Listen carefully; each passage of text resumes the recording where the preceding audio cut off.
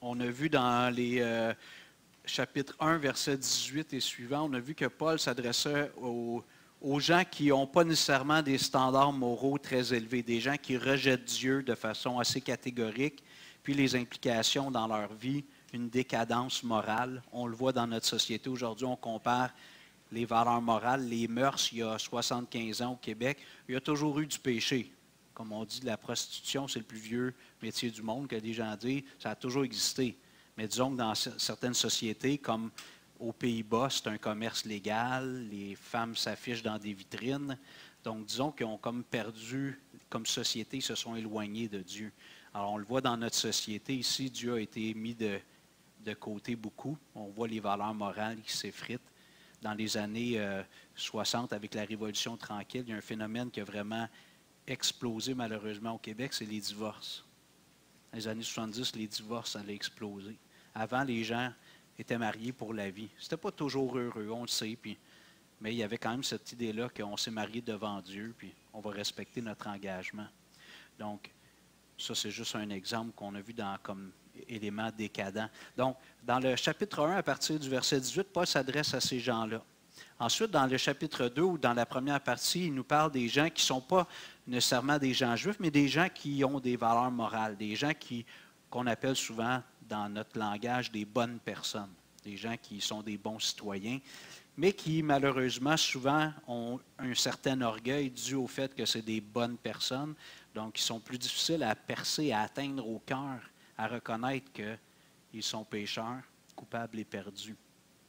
Ensuite, Paul se concentre sur les Juifs, puis là, on est dans cette section-là. Alors, il est parti des gens, de façon générale, qui ne croient pas ou qui ne marchent pas avec Dieu, qui n'ont pas vraiment de boussole morale dû au fait qu'ils ont mis Dieu de côté. Ensuite, les gens qui ont des valeurs morales, mais qui ne sont pas nécessairement des croyants dans le Dieu de la Bible. Puis là, il s'adresse au peuple juif. Et comme j'ai dit l'autre fois, considérant ce qui se passe dans l'actualité présentement avec la Hamas, Israël, Paul, il est comme tough, mais il a été tough avec le monde, il a été tough avec le monde moral, mais qui ne sont pas croyants. Puis là, il est tough avec les Juifs qui prétendent être le peuple de Dieu.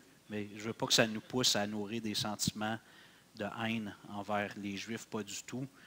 On expose le texte de façon continue, donc on est rendu là dans l'étude de Romains. Je vais prier. Seigneur, on veut te louer, on veut t'adorer ce matin pour ta parole. Merci pour ce livre merveilleux qui est vivant. Ta parole, elle est vivante. Paul l'appelle aussi l'épée de l'esprit. Donc, c'est une parole qui est incisive, qui est tranchante, plus tranchante qu'une épée à deux tranchants que la Bible nous dit. La parole révèle les pensées et les sentiments de notre cœur. Quand on entend l'Évangile annoncé par un chrétien dans la rue, autour d'une table, au travail, qu'on entend une prédication plus formelle comme ce matin, ta parole pénètre dans l'âme des gens, puis elle révèle des choses. Elle parle à l'esprit des gens, au cœur des gens. Et on est toujours devant un choix, soit d'être à l'écoute, d'avoir un cœur souple et tendre et d'écouter la directive, l'instruction, la réprimande de Dieu, ou de fermer notre cœur, de l'endurcir. Alors Seigneur, je te prie que tu nous donnes ce matin, chacun d'entre nous, d'avoir des cœurs malléables, des cœurs que tu peux travailler pour que ta parole soit agissante et puissante dans nos vies. On te prie au nom de Jésus. Amen. Alors, on avait vu la dernière fois que les Juifs avaient une fausse sécurité. Du fait qu'ils étaient descendants d'Abraham, qu'ils étaient des récipiendaires, si on peut dire, des 10 commandements de la loi de l'Ancien Testament, qui avaient la sagesse de Dieu parce qu'ils avaient l'Ancien Testament, les Juifs avaient tendance à croire qu'eux, ils étaient corrects devant Dieu. Ils regardaient le reste du monde de haut, puis eux, ils pensaient qu'ils étaient corrects. Alors, Paul veut aussi les convaincre qu'ils sont pécheurs. Et là, ce qu'il va aborder, ce qu'on va voir dans ce qu'il aborde dans les versets 25 à 29, c'est une fausse transformation. On a vu une fausse sécurité la dernière fois, là, on va voir une fausse transformation. Romains 2, versets 25 à 29, s'il vous plaît. Romains 2, 25. La circoncision est utile si tu mets en pratique la loi. Mais si tu transgresses la loi, ta circoncision devient incirconcision. Si donc l'incirconcis observe les ordonnances de la loi, son incirconcision ne sera-t-elle pas tenue pour circoncision? L'incirconcis de nature, verset 27, qui accomplit la loi ne te condamnera-t-il pas, toi qui la transgresses tout en ayant la lettre de la loi et la circoncision? 28. Le juif, ce n'est pas celui qui en a les apparences, et la circoncision, ce n'est pas celle qui est visible dans la chair. 29. Mais le juif, c'est celui qui l'est intérieurement, et la circoncision, c'est celle du cœur, selon l'esprit et non selon la lettre. La louange de ce juif ne vient pas des hommes, mais de Dieu. Alors ici, Paul parle du symbole ou du signe de la circoncision. J'espère que tout le monde sait c'est quoi la circoncision, on ne fera pas de dessin. Si jamais vous ne le savez pas, faites une recherche cet après-midi dans le dictionnaire. Si vous le tapez sur Google, faites attention à ce qui peut apparaître. Alors, donc, le signe de l'alliance juive. J'aimerais qu'on aille dans Genèse 17, s'il vous plaît. Lorsque Dieu commande à Abraham que tout homme, tout mâle descendant d'Abraham, incluant Abraham, soit circoncis. Pourquoi Dieu a donné Genèse 17, premier livre de la Bible, Genèse qui veut dire commencement, 17, ouais. Genèse 17, verset 1 et suivant. Genèse, oui, chapitre 17, verset 1 à 16.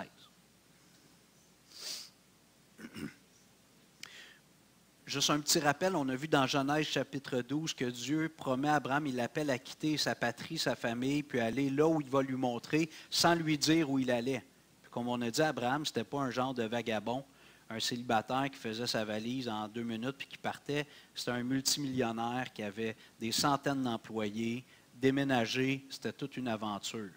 Bon, peut-être qu'il avait déjà une vie un peu nomade parce qu'il y avait des troupeaux, puis il fallait que les troupeaux puissent avoir des pâturages, mais c'était quand même une grande aventure. Alors Abraham a obéi à Dieu, il a accepté de partir sans savoir où il allait, puis il s'est laissé guider par Dieu. C'est là qu'Abraham a commencé à avoir une relation personnelle avec Dieu. Maintenant, au verset 17, le Seigneur lui fait une promesse. Genèse 17, verset 1 à 16. Lorsque Abraham fut âgé de 99 ans, l'Éternel apparut à Abraham. Je m'excuse, je dis Abraham, mais c'est Abraham. Son nom va changer bientôt. Et il lui dit, « Je suis le Dieu Tout-Puissant, marche devant ma face et sois intègre. » Verset 2. « J'établirai mon alliance entre moi et toi, et je te multiplierai à l'infini. » Abraham tomba sur sa face, et Dieu lui parla en disant, « Voici mon alliance que je fais avec toi. Tu deviendras père d'une multitude de nations. » On se souvient qu'Abraham n'avait pas d'enfant. Sa femme était stérile. Dieu lui dit, « Tu vas être le père d'une multitude de nations. On ne t'appellera plus Abraham, mais ton nom sera Abraham, car je te rends père d'une multitude de nations. Je te rendrai fécond à l'infini. Je ferai de toi des nations, et des rois sortiront de toi. » Verset 7. « J'établirai mon alliance entre moi et toi et tes descendants après toi, selon leur génération.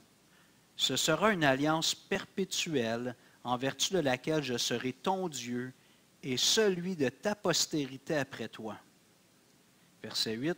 « Je te donnerai et à tes descendants après toi le pays que tu habites comme étranger, tout le pays de Canaan, en possession perpétuelle. Et je serai leur Dieu. » Verset 9. Dieu dit à Abraham, « Toi, tu garderas mon alliance et tous tes descendants après toi selon leur génération. » Je fais une petite pause. Jusqu'à date, le Seigneur n'a pas parlé de circoncision. Il fait une promesse à Abraham. Il dit, « Je vais te bénir, puis tu vas avoir beaucoup d'enfants, de petits-enfants, puis d'arrière-petits-enfants. Ta postérité va être grande. Puis je vais te donner la terre sur laquelle tu es actuellement, qu'on appelait le pays de Canaan. Puis même, il va y avoir des rois qui vont venir de ta progéniture. Je vais être ton Dieu, puis je vais être le Dieu de ta descendance. Alors, voici la promesse que Dieu fait. Et là, au verset 9, Dieu dit à Abraham, « Toi, tu garderas mon alliance, toi et tes descendants après toi, selon leur génération. » Verset 10, « C'est ici mon alliance que vous garderez entre moi et vous, et ta postérité après toi. Tout mâle parmi vous sera circoncis. Vous vous circoncirez, et ce sera un signe d'alliance entre moi et vous. » Verset 12, « À l'âge de 8 jours, tout mâle parmi vous sera circoncis selon vos générations, qu'il soit né dans la maison ou qu'il soit acquis à prix d'argent de tout fils d'étranger sans appartenir à ta race. » Alors le Seigneur demande à Abraham que lui et tous les garçons, tous les mâles parmi ses descendants et même les serviteurs soient circoncis. Étant donné qu'il ne demande pas aux femmes, vous devez vous imaginer que ce n'est pas possible de circoncire une femme. Pour ceux qui ne savent pas encore c'est quoi, la circoncision, on peut juste faire ça à un homme. Alors, tous les mâles, à l'âge de 8 jours, vont devoir être circoncis. Alors, Dieu exige à Abraham que lui-même et ses descendants aient ce signe. C'est un signe, un symbole. Maintenant, je me suis posé la question, pourquoi? Pourquoi ce n'était pas coupe un lobe d'oreille ou... Alors, la réponse la plus plausible que j'ai trouvée, parce que ce n'est pas précisé dans la Bible, mais c'est qu'on se souvient qu'Abraham, je viens de le mentionner, n'avait pas d'enfant. Bon, on sait comment ça se fait des enfants, on ne fera pas de dessin. Dieu est intervenu de façon miraculeuse. Sarah est devenue enceinte d'Isaac. Alors, de façon miraculeuse, par un acte sexuel entre Abraham et Sarah, Dieu a créé un peuple entier. On en a encore 16 millions sur la terre, et peut-être plus. Il y a des généalogies qui se sont perdues. Donc, le peuple juif sont descendants d'Abraham. Donc, étant donné que Dieu est intervenu pour rendre Sarah fertile, et que ça s'est fait par un acte sexuel, évidemment, pas comme Jésus qui est venu dans le ventre de Marie par la vertu du Saint-Esprit. Le symbole, à chaque fois qu'un petit gars demandait à son père, « Pourquoi je ne suis pas comme mes amis à l'école? » Malgré qu'ils devaient tous aller à la même école, mais je joue au hockey, puis je ne suis pas comme mes amis. Bien, le père veut dire, Dieu est intervenu. Si Dieu n'était pas intervenu dans le corps d'Abraham et de Sarah, on n'existerait pas, nous autres. Alors, le symbole de la circoncision, c'est la réponse la plus plausible que j'ai trouvée. Ce n'est pas écrit dans la Bible. Il y a peut-être une autre raison. Mais Dieu a exigé que tous les mâles, tous les garçons, à partir d'Abraham et ses descendants, même les serviteurs, aient ce signe-là physique pour leur rappeler que Dieu est intervenu. S'ils existaient ou s'ils existent, c'est parce que Dieu est intervenu. Bon, je pense que théologiquement, on croit que Dieu donne la vie à tout le monde. Fait qu'à quelque part, nous, comme chrétiens, on se dit, bien, si j'existe, c'est parce que Dieu m'a donné la vie. Mais dans le cas il y a quand même des couples qui, malheureusement, ne peuvent pas avoir d'enfants, puis n'en auront jamais de leur vie. Sarah et Abraham, c'était très clair qu'ils n'allaient pas avoir d'enfants, les deux ensemble. Abraham en a eu avec des servantes, finalement, mais Dieu avait dit, c'est par ta femme légitime, ta première épouse, que je vais te donner un fils. Donc, Dieu est intervenu, puis si Dieu n'était pas intervenu, il n'y aurait pas un peuple qu'on appelle Israël qui habite dans ce coin-là du monde, puis tout ce qu'on connaît de l'histoire depuis plusieurs milliers d'années concernant le peuple juif. Alors, la circoncision était un mémorial. Quand on prend le pain puis la coupe, qu'est-ce qu'on fait? C'est un symbole. On se rappelle une réalité spirituelle avec des choses physiques. La circoncision, c'est un peu la même chose. Le baptême, il faut faire attention dans le parallèle, mais quand même, quand un chrétien aujourd'hui se fait baptiser, quand il rentre dans l'eau, ça représente quoi? Quand il rentre dans l'eau, il est mort avec Jésus. Son ancienne vie, elle est engloutie, enterrée avec Jésus. Et quand il sort de l'eau, il ressuscite. Il a une nouvelle vie avec Jésus. Donc, le baptême par immersion, le baptême prescrit dans la Bible, pas par aspersion sur le front, par immersion, c'est un signe, un symbole de quelque chose qui s'est fait dans le cœur de la personne, d'une réalité spirituelle.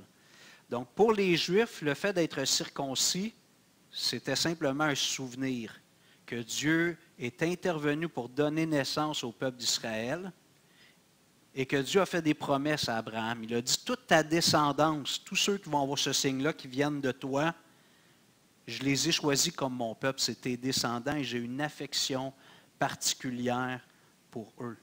Je dois mentionner ici que même chez les évangéliques, puis vous en connaissez probablement, généralement, dans le mouvement évangélique, nous croyons que Dieu a un plan pour l'Israël ethnique actuel. Le peuple d'Israël, je pense que la majorité, c'est peut-être 51% des chrétiens évangéliques, croient que Dieu a un plan pour l'Israël ethnique. C'est-à-dire, moi je fais partie de ce groupe-là, je crois que Dieu a un plan pour Israël aujourd'hui. Okay? Certains chrétiens croient que l'Église, après que Jésus a envoyé le Saint-Esprit à la Pentecôte, maintenant c'est l'Église. L'Église, c'est les chrétiens. Il peut y avoir des gens qui sont descendants d'Abraham, puis plein de gens qui ne sont pas des descendants d'Abraham. C'est ces gens-là qui ont un peu remplacé le peuple d'Israël. Dieu a comme tourné la page sur cette phase-là de l'histoire. Puis les promesses qu'on voit dans l'Ancien Testament, que Dieu dit, on parle souvent d'un autre temple, puis des choses comme ça. Alors, pour ces gens-là, c'est métaphorique, c'est imagé. Le peuple de Dieu, c'est plus Israël, c'est l'Église. Alors, moi, je n'adhère pas à cette approche-là, mais je veux le mentionner, puis c'est des frères et des sœurs respectables qui aiment la parole de Dieu autant que nous. Mais il y a quand même ces deux possibilités. Alors, moi, ça va teinter, quand je vais prêcher dans Romains, quand on va arriver dans les chapitres 9, 10 et 11, vous allez voir, ça va paraître. Ma compréhension, je crois que Dieu a un plan pour l'Israël ethnique. Et quand ça dit ici, si on regarde dans le texte, toujours dans Genèse 17, verset 7, « J'établirai mon alliance entre moi et toi et tes descendants après toi, selon leur génération. Ce sera une alliance perpétuelle. » Peut-être que vous avez une autre traduction. Qu'est-ce qui serait écrit à la place de perpétuel dans votre Bible? S'il y en a qu'un autre mot? Éternel. Un synonyme, c'est quelque chose qui n'a pas de fin. Alors, c'est une alliance éternelle, sans fin. Alors, moi, je crois que Dieu a fait une promesse à Abraham, puis là, il faut distinguer, puis c'est ça que Paul est en train de faire. Il y a beaucoup de gens qui sont juifs aujourd'hui, des vrais juifs, descendants d'Abraham, qui ne croient pas en Jésus. Ils font partie du peuple ethnique, physique de Dieu, mais ils ne font pas partie du peuple spirituel de Dieu. Pour qu'un juif ait toutes les promesses qui viennent avec Jésus, il faut qu'il croie en Jésus. Alors, il y a une bénédiction sur lui parce que c'est un descendant d'Abraham, mais s'il ne se convertit pas à Jésus, il va finir au même endroit que tous ceux qui ne se convertissent pas à Jésus. Alors, l'Israël ethnique, quand je dis ethnique, je parle de l'Israël physique qui existe aujourd'hui, qui est en conflit avec le Hamas. Si c'est des vrais descendants biologiques d'Abraham, je crois que ça, c'est le peuple de Dieu. Il les aime particulièrement. Mais ils ne sont pas sauvés automatiquement parce qu'ils sont descendants d'Abraham, et c'est ça que Paul est en train d'exposer dans ce qu'on regarde ce matin. Maintenant, le peuple de Dieu qui appartient à Dieu, les rachetés qui allons louer Dieu pour l'éternité, c'est tous ceux qui croient en Jésus, juifs ou non juifs. On est tous ensemble, Éphésiens 2, René avait prêché sur ça. Jésus a enlevé le mur de séparation. On forme un seul peuple, un homme nouveau en Jésus-Christ. Est-ce que je vous ai mélangé ce matin? Je peux prendre 2-3 questions, ça me ferait plaisir, parce que je sais que j'aime mieux régler ça maintenant, puis comme ça, quand on va arriver dans 9, 10, 11. Est-ce qu'il y a des questions sur ça? Ça va? C'est clair? C'est soit que c'est très clair ou qu'ils ne comprennent rien, André. OK. OK. Alors, et là, juste pour terminer dans Genèse 17, Dieu dit à Abraham, comme un symbole visible de cette alliance, un peu comme quand on se marie, on échange des alliances. On appelle ça l'alliance. L'époux, l'épouse s'échangent une bague, un anneau, puis c'est un symbole. Moi, je ne suis plus qu'à l'enlever. Je suis content. Là, si jamais il faut qu'il l'enlève, on va devoir le couper. J'ai pris du poids, ou mes jointures ont grossi, ou les deux. Mais je ne suis plus qu'à l'enlever. Mais peu importe. Si, admettons, quand j'étais professeur, puis j'étais plus dans un contexte non chrétien, si une femme semblait me parler, puis je sentais un petit peu dans sa voix ou son regard qu'il y avait un petit peu d'attraction, je m'assurais de... Je montrais mon alliance, je parlais de ma femme. Sur mon bureau, j'avais toujours une photo de moi, Piline, nos enfants, et que je ne suis pas disponible. Hein? Comme on dit toujours, tu peux afficher, vous savez, quand vous allez en vacances, vous n'avez pas réservé l'hôtel, vous cherchez une nuit, souvent c'est marqué « no vacancy ». Hein? Il n'y a pas de place dans l'hôtel. Ça, c'est pas bon quand tu cherches une place pour dormir. Alors moi, je dis aux gens, quand tu te fiances, quand tu t'engages dans une relation avant le mariage, c'est comme si tu as une chose en néon ici lumineux qui dit « no vacancy », non disponible. Ouvre pas des petites portes comme si tu étais ouvert à un flirt. Tu n'es pas disponible. Maintenant, tu t'es engagé envers une personne. Avant, tu es sur le marché libre. Tu es un joueur libre. Mais quand tu t'engages, tu te fiances particulièrement en vue du mariage, tu mets la fiche non disponible. No vacancy. On revient à notre texte. On revient dans Romains 2, s'il vous plaît. Restez dans Genèse 17, je m'excuse. Restez dans Genèse 17. OK, alors, je vais aller un petit peu vite. La circoncision, c'est le signe d'une promesse. Dieu a fait une promesse, puis pour que de génération en génération, les pères, les mères expliquent à leurs enfants ce moment-là unique où Dieu est intervenu entre Abraham et Sarah pour qu'elle conçoive dans son ventre Isaac. Les parents pouvaient expliquer à leur enfant, bien, à 8 mois, il ne comprend rien. C'est comme le baptême, à 3 mois, il ne comprend rien. Mais quand le petit gars est rendu à 4, 5, 6 ans, puis que le papa ou la maman explique à son petit gars pourquoi il est circoncis, c'est le temps de rappeler la promesse que Dieu a faite à Israël. Donc, lorsque Moïse utilise les mots perpétuel ou éternel dans le texte de Genèse 17, versets 7 et 8, le mot hébreu, c'est Olam. Je ne sais pas si vous vous souvenez du chant El Olam, Dieu éternel. On a notre chant, le qui donc dans le ciel, on donne des noms hébreux de Dieu. Alors, cette promesse-là, elle est perpétuelle ou éternelle, comme la terre. Dieu a dit, je vais te donner à toi et à ta postérité cette partie-là de terre qui est débattue actuellement avec malheureusement des morts et tout ça. Mais Dieu a promis à Israël, c'est une alliance perpétuelle. Je vais être le Dieu de ta descendance. Puis la terre que je vous donne, c'est votre terre pour l'éternité, jusqu'à temps qu'on soit dans la nouvelle création. OK, on peut revenir dans Romains 2, je m'excuse. Je n'étais pas obligé de vous freiner tantôt. On va relire les versets 25 à 27.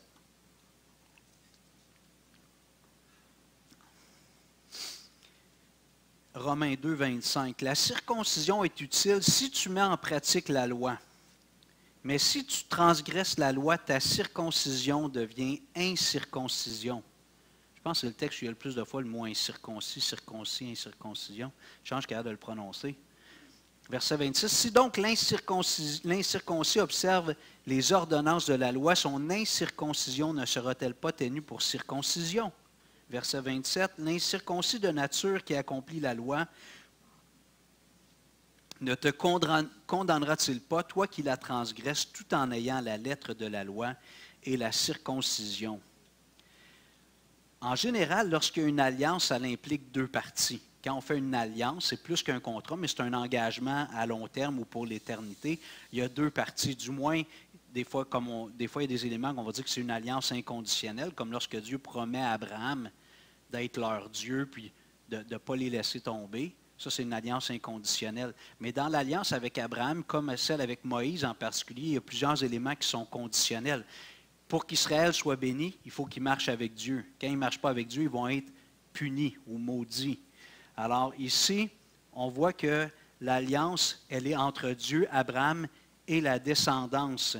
Mais au verset 25, Paul nous dit, si tu mets en pratique la loi, la circoncision est utile. Donc Paul est en train de dire aux Juifs, si tu es circoncis, puis les Juifs étaient fiers de ça, quand ils parlaient des autres peuples, ils les appelaient comment? Les incirconcis. C'était péjoratif. Les incirconcis, c'est les pas bons. Eux, ils étaient circoncis. Quand ils parlaient des non-juifs, ils disaient les incirconcis. C'était condescendant, péjoratif. Alors, les Juifs se croyaient plus acceptables devant Dieu parce qu'ils étaient circoncis. Mais là, Paul dit, la circoncision est utile si tu mets en pratique la loi. Si tu ne mets pas en pratique la loi, c'est-à-dire si tu ne marches pas avec Dieu, il n'y a personne qui la met en pratique parfaitement à chaque instant. On est encore dans un corps pécheur, puis on a de la difficulté. Mais il dit, si tu es circoncis, puis pour toi c'est un sujet de fierté, Parce que tu dis, je suis un descendant d'Abraham, puis je suis un récipiendaire des promesses que Dieu a faites à Abraham, mais que tu ne marches pas avec Dieu, ça ne vaut pas grand-chose, ta circoncision. Quand il dit, si tu observes la loi, c'est si tu marches avec Dieu, si tu suis les principes et les enseignements de Dieu. Comme je disais tout à l'heure, si je suis fier de montrer mon jonc de mariage, tu sais, mais que je trompe ma femme, mon jonc, il ne veut pas dire grand-chose. Je n'ai pas de respect pour l'alliance. C'est des signes. Alors, de la même façon, Paul dit, si tu es fier d'être circoncis parce que tu possèdes ce signe-là d'une alliance entre toi et Dieu, mais que dans le fond, tu vas vers d'autres dieux. On voit Israël qui va constamment vers des idoles.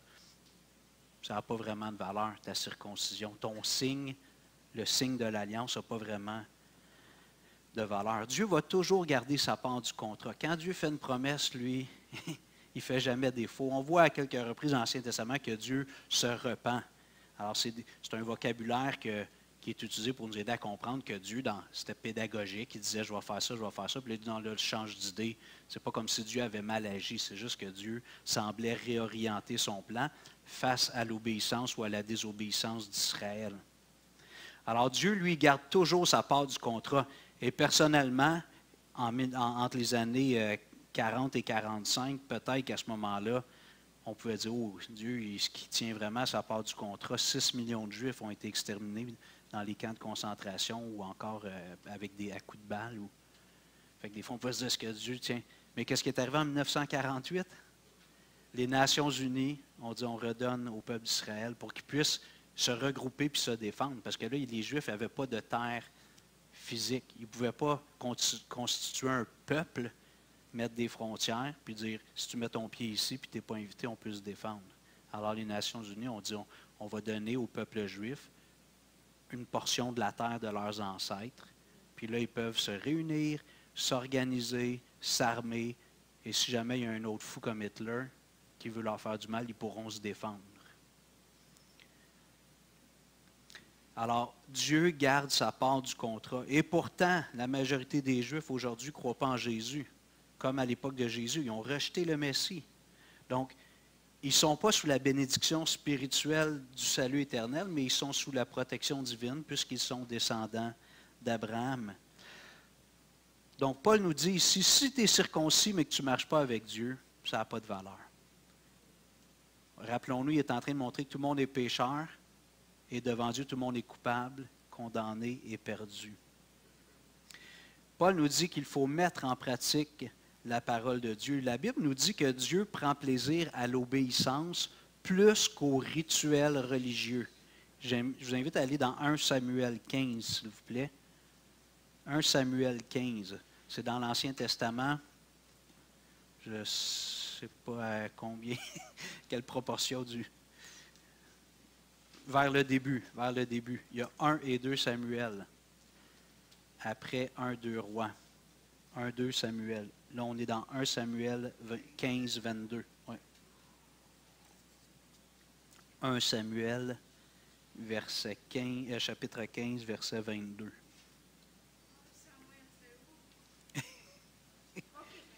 Ça y est. Chapitre 15, verset 22.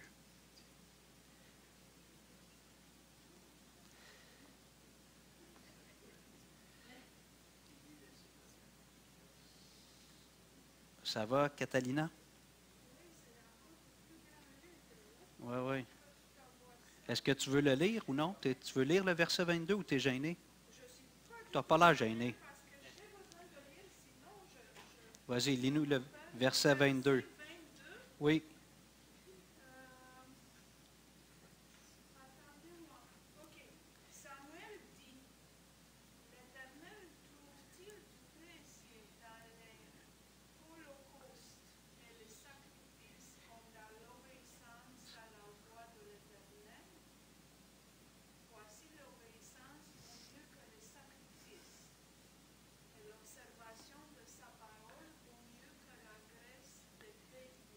Merci.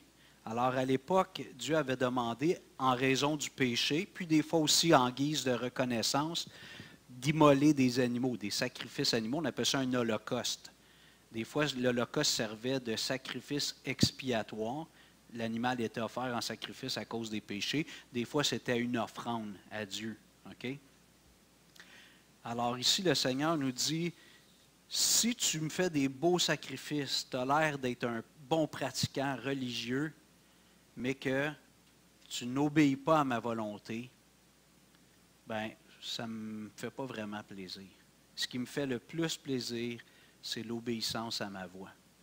Ce qui fait plaisir à Dieu, ce n'est pas de respecter des traditions ou des rituels ou des gestes religieux, mais de marcher avec Dieu.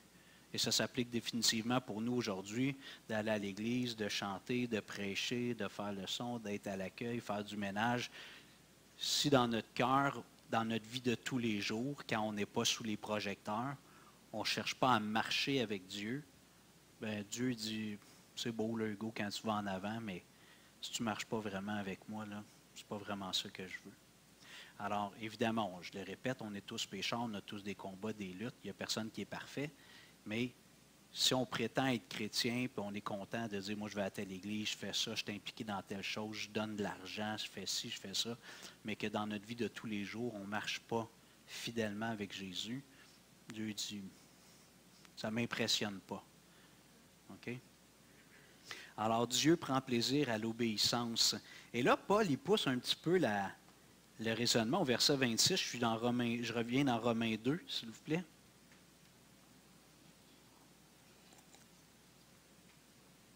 « 2,26, Romains 2, 26.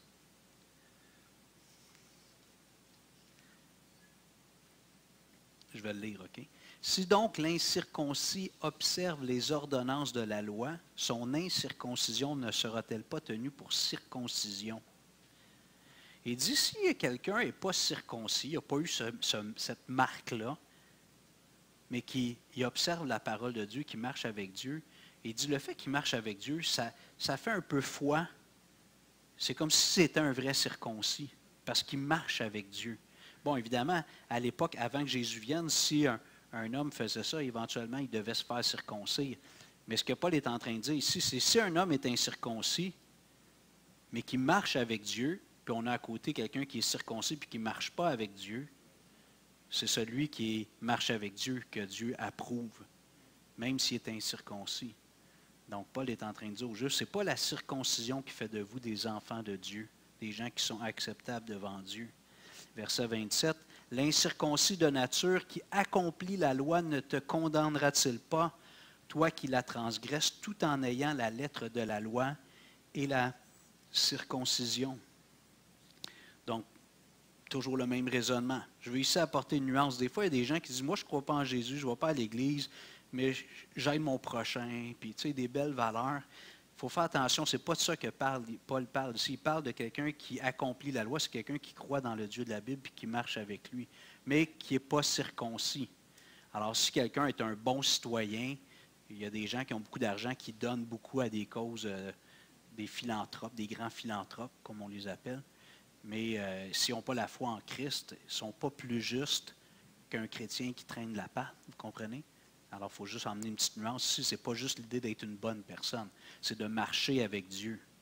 OK?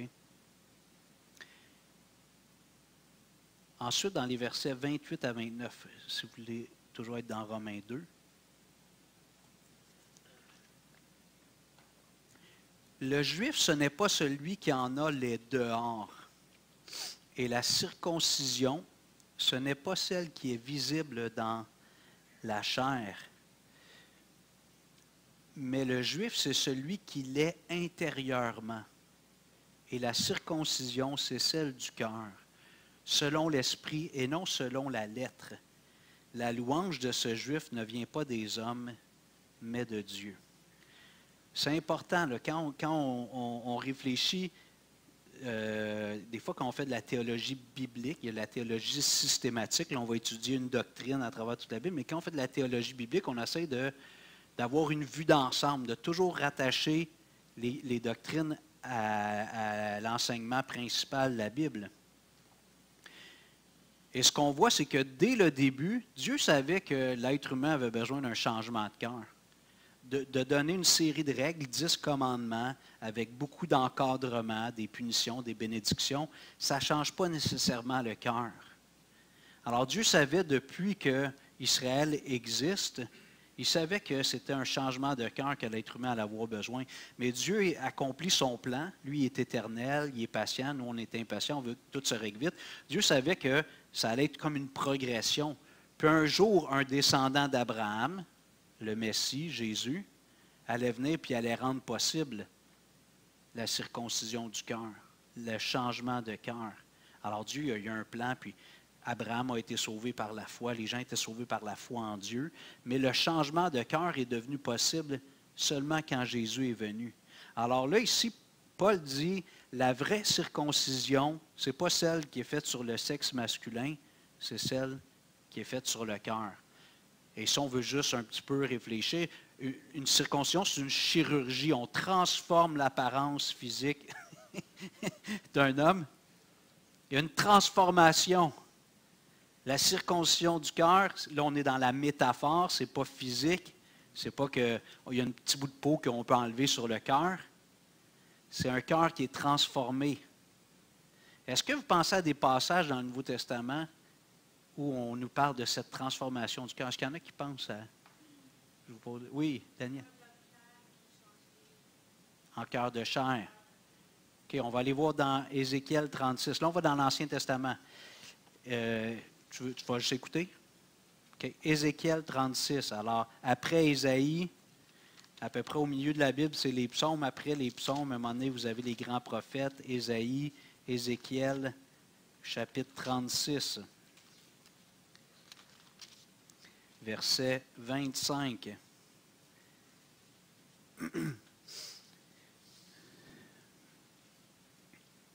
Le Seigneur dit à Israël, « Je répandrai, c'est une promesse, je répandrai sur vous une eau pure et vous serez purifiés. Je vous purifierai de toute la graisse de moteur et la terre de jardin. » C'est ça? Je vous purifierai de toutes vos souillures et de toutes vos idoles. Donc Dieu dit, je vais vous laver spirituellement du péché.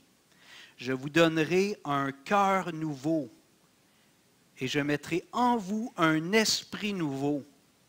J'ôterai de votre corps le cœur de pierre et je vous donnerai un cœur de chair. Je mettrai mon esprit en vous et je ferai en sorte que vous suiviez mes ordonnances et que vous observiez et pratiquiez mes lois. Là, on est assez avancé dans l'histoire d'Israël, quelques siècles avant que Jésus vienne. Ici, le Seigneur réitère sa promesse. Vous pourrez aller voir, le temps nous manque, mais dans le livre de Deutéronome, chapitre 30, verset 6, écoutez-moi pour l'instant, on est dans quand Moïse était encore vivant. Dieu a dit, l'Éternel, ton Dieu, circoncira ton cœur et le cœur de ta postérité, et tu aimeras l'Éternel, ton Dieu, de tout ton cœur et de toute ton âme, afin que tu vives. Quand Dieu vient faire cette transformation-là intérieure du cœur, c'est pour qu'on marche avec Dieu.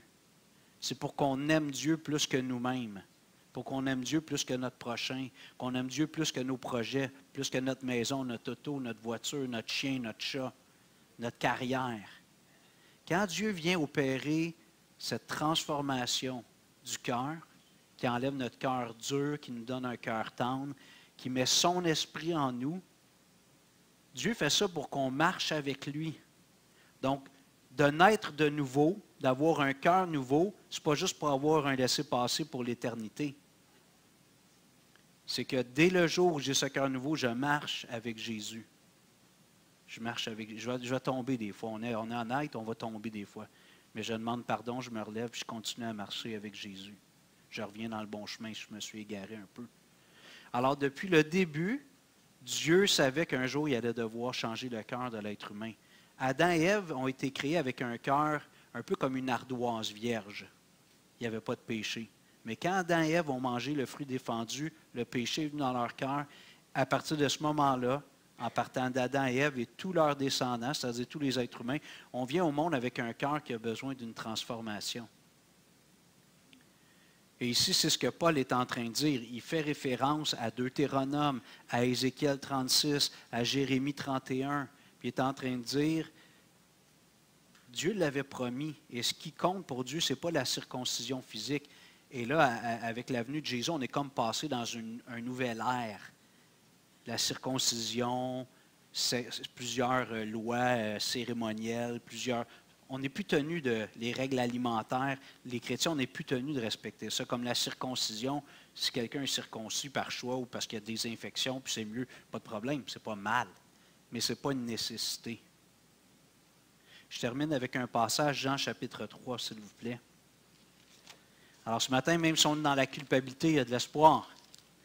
Jean chapitre 3, on parle de la culpabilité, la condamnation du peuple juif qui pensait avoir subi la transformation clé d'avoir été circoncis. Mais cette transformation-là, elle n'a pas de valeur pour Dieu s'il n'y a pas une transformation intérieure. Jean chapitre 3, verset 1. Jean chapitre 3, verset 1 et suivant. Je finis bientôt. Mais il y eut un homme d'entre les pharisiens nommé Nicodème, un chef des Juifs, qui vint, lui, auprès de Jésus de nuit et lui dit, « Rabbi, nous savons que tu es un docteur venu de Dieu, car personne ne peut faire ces miracles que tu fais si Dieu n'est avec lui. » C'est le chef des Juifs, c'est le boss. Lui, il est circoncis, c'est sûr, sinon il ne serait pas le boss. Il est circoncis, puis c'est le chef de tous les Juifs au niveau théologique. C'est comme un peu le pape ou l'archevêque juif. Puis il dit, il vient voir Jésus de nuit parce que ce n'était pas trop populaire dans sa gang d'aller voir Jésus. Donc il fait ça un peu en catimini. Jésus lui répond au verset 3, en vérité, je te le dis, si un homme ne naît de nouveau, il ne peut voir le royaume de Dieu. Verset 4, Nicodème lui dit, comment un homme peut-il naître quand il est vieux? Peut-il rentrer dans le sein ou dans le ventre de sa mère et naître? Jésus répondit, en vérité, je te le dis, si un homme ne naît d'eau et d'esprit, Jésus commence à expliquer, c'est quoi renaître? C'est naître d'eau et d'esprit. Il ne peut entrer dans le royaume de Dieu. Ce qui est né de la chair est chair, ce qui est né de l'esprit est esprit. Ne t'étonne pas que je t'ai dit, il faut que vous naissiez de nouveau.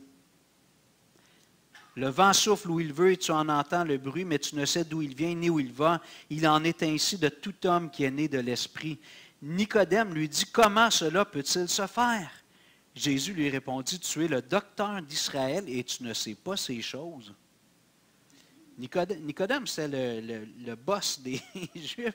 Il dit, Ézéchiel 36, ça ne dit rien. Deutéronome 30, Jérémie 31, ça ne dit rien.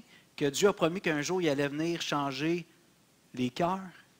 C'est de ça que je vous parle aujourd'hui. Naître d'eau, c'est l'eau qui purifie. C'est un symbole. L'eau lave. La purification de ton cœur par le sang de Christ. Tantôt, Eddie a mentionné ça quand Nicole nous partageait sa situation. Puis naître d'esprit, c'est d'avoir un esprit nouveau.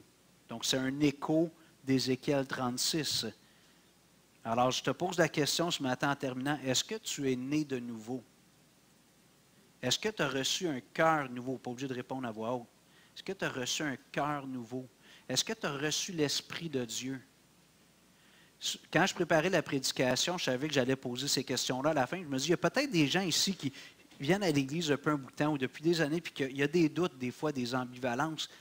Je t'encourage à ne pas tolérer ce doute.